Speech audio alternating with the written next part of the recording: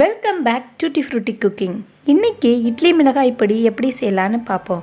New viewers மறக்காமல் like பண்ணுங்கள், share பண்ணுங்கள், சப்ஸ்கிரைப் பண்ணுங்கள். இதுதாங்க தேவையான பொருள்கள். இட்லி மிளகாய் பொடி எல்லாத்துக்கும் பிடிக்கும். தோசைக்கு இட்லிக்கெல்லாம் தொட்டு சாப்பிடும்போது ரொம்ப சூப்பராக இருக்கும். நான் இன்றைக்கி கருப்புளுந்து வச்சு எப்படி செய்யலான்ட்டு நம்ம பார்க்கலாம்.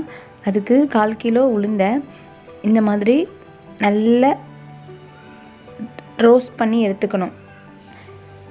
கைவிடாமல் நல்ல மிக்ஸ் பண்ணி கொடுத்து நல்ல சிகப்பு கலர் வர அளவுக்கு, இந்த மாதிரி வர அளவுக்கு நல்லா வறுத்து எடுத்து ஒரு பிளேட்டில் கொட்டி ஆற வச்சுக்கணும்.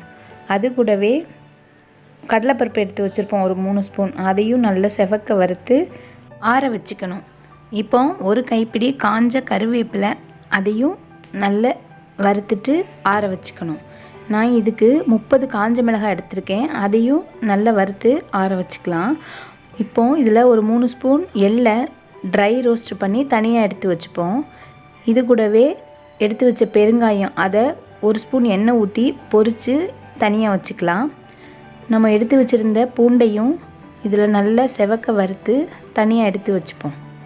ஏன்னா இதெல்லாம் நம்ம தனித்தனியாக கடைசியில் தான் பவுட்ரு பண்ண போகிறோம். அதனால் இப்போது ஸ்டவ்வை ஆஃப் பண்ணிவிட்டு எடுத்து வச்சுருந்த உப்பு, கல் உப்பை போட்டு அந்த சூடிலே நல்லா வறுத்து அதையும் தனியாக எடுத்து வச்சுப்போம். இதெல்லாம் மிக்சிங் கொஞ்சம் ஆறட்டும். ஆறினதுக்கப்புறம் ஜாரில் போட்டு எப்படி பவுட்ரு பண்ணலான்னு பார்ப்போம். இது தோல் உளுந்து வச்சு பண்ணியிருக்கிறதுனால ரொம்ப ஹெல்த்தியானது. இப்போது மிக்சர் ஜாரில் கொஞ்சமாக எடுத்து போட்டு கொஞ்சம் நரன்னு பவுட்ரு பண்ணி ஒரு மிக்சிங் பவுலுக்கு மாற்றிக்கலாம். மீதி இருக்கிறதையும் அதே மாதிரி பவுட்ரு பண்ணி எடுத்துப்போம். இப்போ பவுட்ரு பண்ணதுலேயே கொஞ்சம் ஜாரில் போட்டுட்டு இதுக்கு தேவையான அளவு உப்பு, வறுத்து வச்சுருந்த பெருங்காயத்தை போட்டு நல்லா பவுட்ரு பண்ணிக்கலாம்.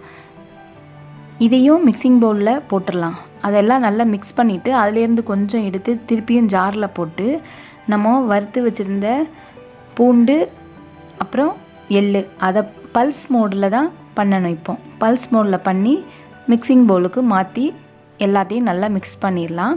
ஆறுனதுக்கப்புறம் ஒரு ஏர்டைட் கண்டெய்னர் இல்லைனா கண்ணாடி பாட்டிலில் போட்டு நம்ம ஸ்டோர் பண்ணிக்கலாம்.